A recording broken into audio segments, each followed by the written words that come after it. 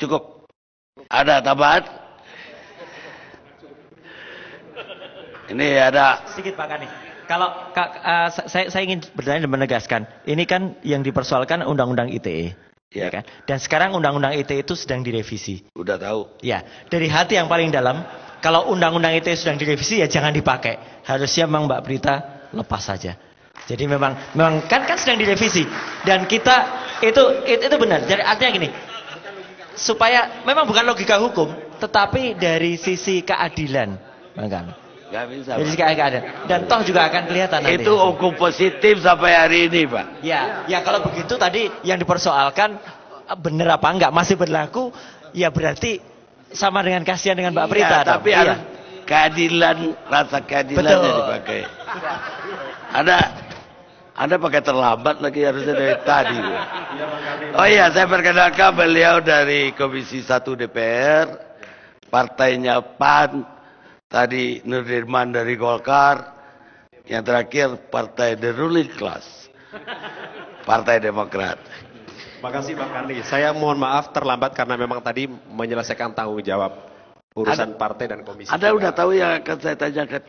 Belum Bang. Makanya kira-kira apa nih Bang? Bahwa DPR itu dia diberi wewenang negara ini untuk membuat undang-undang, tapi tidak punya konsep dan tidak tahu membuat undang-undang. Gak belajar law drafting, juga tidak memakai pakar-pakar itu. Korbannya rakyat seperti Prita, Randy, Dian. Undang-undang ITE misalnya. Dari pemerintah masuk ke DPR. Harusnya di DPR bisa diedit. Gampang kok editnya, tiru aja undang-undang Belanda.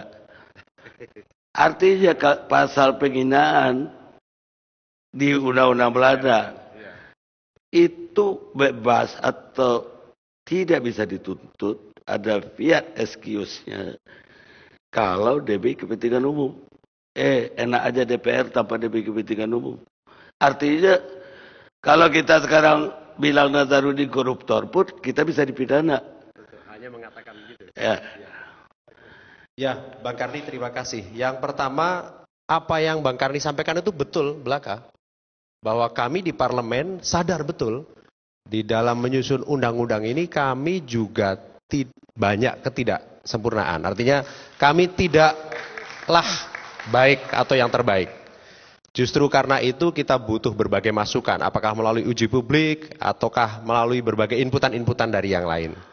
Dan satu hal Bang Karni, di dalam membuat undang-undang kita belajar banyak ternyata atau menemukan bahwa tidak jarang undang-undang yang kita putuskan bersama dengan pemerintah Bang. Bersama dengan pemerintah, kita bikin undang-undang bareng dengan pemerintah. Ketika pasal-pasal yang ada, norma yang ada itu tidak tegas, tidak jelas, kemudian juga tidak ada perangkat sanksinya yang juga tegas, seringkali ditafsir oleh pemerintah dalam PP yang justru seolah-olah meniadakan undang-undang ini. Saya berikan contoh. Dalam undang-undang kita itu soal lain lagi deh. Tapi soal lahirnya undang-undang ini. Kalau DPR memberikan sanksi pidana, PP gak bisa kasih. betul. Mbok, ya itu yang benar-benar itu kejahatan. Tapi orang misalnya gak pakai manual book masuk penjara.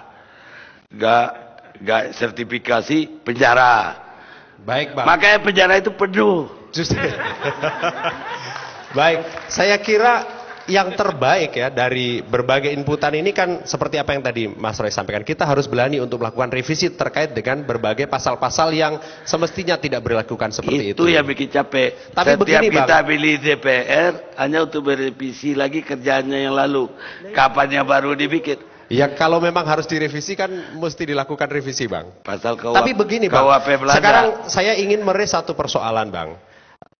Kasus di Pamekasan. Didakwa mencuri sarung seharga 3.000, kena 5 tahun. Yang saya ingin katakan bahwa sebenarnya apapun undang-undangnya, kalau apa yang tadi disampaikan oleh Pak Jaksa, Pak Surahman dikedepankan, persoalan hati nurani, persoalan keadilan publik, Kan bisa nih persoalan ini, mohon maaf, persoalan Mas Randy sama Mas Dian. Kan bisa polisinya harusnya tidak perlu menindaklanjuti persoalan ini, diselesaikan atau terus kemudian dipanggil keluarganya dan sebagainya. Untuk ini tidak dilakukan. Kasus Ibu Prita juga demikian. Pak Teguh yang terhormat, hati nurani itu yang sudah tergadai sekarang. Jadi tolonglah DPR yang bikin aturan itu benar-benar berdasarkan norma-norma bikin undang-undang. Misalnya, DPR, Anda dulu juga bekas wartawan kan, undang-undang penyiaran. Barang siapa menyiarkan porno, mistik, bohong, dicampur aduk. Kemudian mengandung fitnah, bahkan mengandung narkoba. Siaran mengandung narkoba gimana itu? Saya nggak ngerti itu. Dihukum 5 tahun. Dan selalu ancaman pidana DPR itu 5 tahun supaya orangnya bisa ditahan. Senang polisi sama jaksa. Kalau bisa semua perbuatan 5 tahun supaya bisa ditahan. Bang, kalau di DPR ini kan ranahnya ranah politik. Nah, ketika berbicara aspek hukum, memang sebenarnya domain yang mempengaruhi itu lebih banyak dari eksekutifnya, Bang. Kenapa? Karena yang berhadapan dengan kita, yang melakukan harmonisasi, yang melakukan sinkronisasi, sebenarnya dari eksekutif. Departemen. Iya, Bang. Di situ saringannya harus DPR sebagai wakil kami di situ. Bang, kami ini justru kalau kita lihat sekarang di parlemen, Bang Nurdin mungkin bisa sampaikan, yang berlatar belakang hukum, yang paham, apalagi yang canggih seperti Bang Karni itu memang terbatas. Tapi sekali lagi Bang, saya tidak ingin defensif dalam konteks ini. Kami sadar bahwa memang ketika berbicara aspek-aspek perundangan, khususnya yang terkait dengan pemberlakuan pasal-pasal pidana, ancaman hukuman dan sebagainya, kita banyak menemukan hal-hal yang aneh. Artinya untuk kasus-kasus yang tidak seharusnya dipidana sampai 5 tahun, dikenai 5 tahun. Nah, ini menurut saya tidak boleh lagi terjadi ke depan. Saya usulkan begini, dari zaman dulu saya udah usulkan agar BPA setelah bebannya lebih berat ke DPR, BPAN yang dulu ada di eksekutif dipindah ke DPR. Itu pakar-pakar hukumnya ada di situ. Ini biar nganggur tuh di Cawang. Ini sekarang yang silakan Bang Nurdin mungkin terkait ini udah 3 periode loh saya usulin. Saya mau menambahkan apa yang disampaikan oleh Pak Teguh. Jadi yang sampaikan Pak Teguh itu memang ada betulnya. Jadi tidak semua anggota DPR itu ahli legal drafter. Ya jelas nggak semua, tapi jangan sok tahu. Tunggu dulu. Karena itu kita memakai tenaga ahli. Kita mengundang tenaga ahli dan itu kita bayar. Jadi tenaga-tenaga ahli itu sesudah kita mendapat naskah akademis, maka naskah akademis yang diserahkan oleh pemerintah dalam bentuk RUU tadi, itu kita sampaikan lagi ke masing-masing ahlinya. Mudah-mudahan untuk yang akan datang kita sampaikan kepada Pak Karni.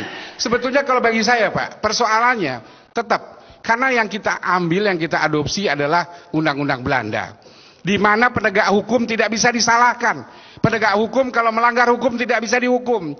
Seharusnya ini yang dirubah. Kalau jaksa seperti Pak Kapus Pen tadi, kawan-kawan yang melakukan pelanggaran undang-undang dalam rangka menegakkan undang-undang, tapi dia dengan cara melanggar undang-undang, dia harus dihukum jaksa tersebut. Nah, baru tidak terjadi abuse of power. Bagaimana mau tidak terjadi kalau dia sekarang sudah ditetapkan dalam undang-undang konsumen. Yang masuk di dalam daftar harus berbahasa Indonesia adalah 45. Yang 2 tidak masuk. Tetap aja dia ditangkap, ditahan. Harusnya dia ditangkap juga ya. Nah, harusnya betul. Saya sepakat. Harusnya dia ditangkap juga. Sehingga Pak Jaksa nggak bisa enak aja bilang, ya nanti serahkan aja lah di peradilan. Peradilan aja. Enak aja. Dia udah nangkep orang. udah bikin sengsara. Udah bikin sengsara orang. Mbak Prita. Lalu dia mau tenang-tenang aja selamat. Oh nggak bisa begitu Pak, nggak adil itu. Bang Karni, untung sekarang ada Jakarta Lawyers Club. Saya tidak setuju apa yang tadi dikatakan oleh Pak Surahman, bahwa seolah-olah kita sekarang mempengaruhi proses yang sedang berlangsung di dalam proses persidangan. Tidak. Yang namanya pengadilan kita sepakati juga harus punya sensitivitas terhadap keadilan publik. Nggak bisa terus tutup mata, Pak. Dan harus mohon maaf, Pak. Kita pun banyak. yang di parlemen juga demikian. Nggak bisa terus merem saja, Pak. Baik. Dan ada keberpihakan kepada rakyat banyak, Bapak. Pak, Saya pernah diundang sebagai pakar untuk undang-undang pornografi. Komisi 11 atau komisi berapa itu lupa. Komisi Periode yang lalu. Terus saya bilang, Bu, ini rancangan ini ngawur. Masa bawa majalah Playboy ancamannya 12 tahun, 15 tahun. Perbuatan. Itu kan satu-satunya undang-undang pornografi terpanjang di dunia itu ada di Indonesia. Aneh gitu. Dia bilang apa? Biarin aja pada mampus. Anggota DPR loh yang ngomong gitu. Ya jangan-jangan terpilih lagi. Kayaknya enggak Bang ya kayak gitu. Enggak terpilih lagi. Mudah-mudahan Pak. Mudah-mudahan Karena tidak. kelihatan sekarang ini memang apa yang disampaikan Pak Karni itu udah mindset kita sudah Tapi kita konsep pikir. lah, konsep. Ada dapurnya, ada pakarnya di situ yang pelajari tiap hari. Saya ke Komnas HAM dulu. Apa yang diprotes Komnas HAM tentang berita? Ya, jelas kita melihat putusan di tingkat akhir ini merupakan satu presiden yang akan diikuti oleh pada kasus-kasus yang sama. Meskipun Ibu Prita tidak menjalani hukuman karena percobaan, tapi perbuatannya dikualifikasi sebagai perbuatan yang salah. Oleh karena itu, ini merupakan ancaman terhadap konsumen yang lain yang mengeluhkan apa yang dikeluhkan oleh Ibu Prita. Karena apa? Putusan tingkat pertama dengan cukup terang mengatakan bahwa apa yang dilakukan oleh Ibu Prita itu bukan pencemaran nama atau defamasi, tetapi merupakan kritik atau keluhan. Nah, karena itu ada kepentingan publik di dalam keluhan Ibu Prita itu. Karena itulah hakim tingkat pertama membebaskan dakwaan jaksa atas pencemaran nama. Nah, kalau hakim di tingkat akhir, di tingkat kasasi, meskipun secara formal ini seharusnya dipersoalkan oleh Mahkamah Agung karena mengkasasi putusan bebas, tapi hakim Mahkamah Agung tidak melaksanakan perannya dalam hal pemeriksaan formal pengajuan kasasi ini, tapi dia langsung ke materinya. Nah, ketika memutuskan materi, dia kemudian menyatakan kasus ini merupakan pencemaran nama. Itu artinya apa? Konsumen atau masyarakat yang akan mengeluhkan yang sama dan memperingatkan kepada warga yang lain akan digunakan putusan ini. Pertanyaan saya, kenapa Komnas HAM baru ribut karena Ibu Prita? Apa gara-gara media ribut? Itu ada yang curi sarung 5 tahun di Sumeneb. Di Pamekasan. Kok Komnas HAM diam-diam saja? Banyak sekali loh di Republik ini yang lebih buruk nasibnya dari Ibu Prita. Betul. Apa yang dilakukan Komnas HAM untuk itu?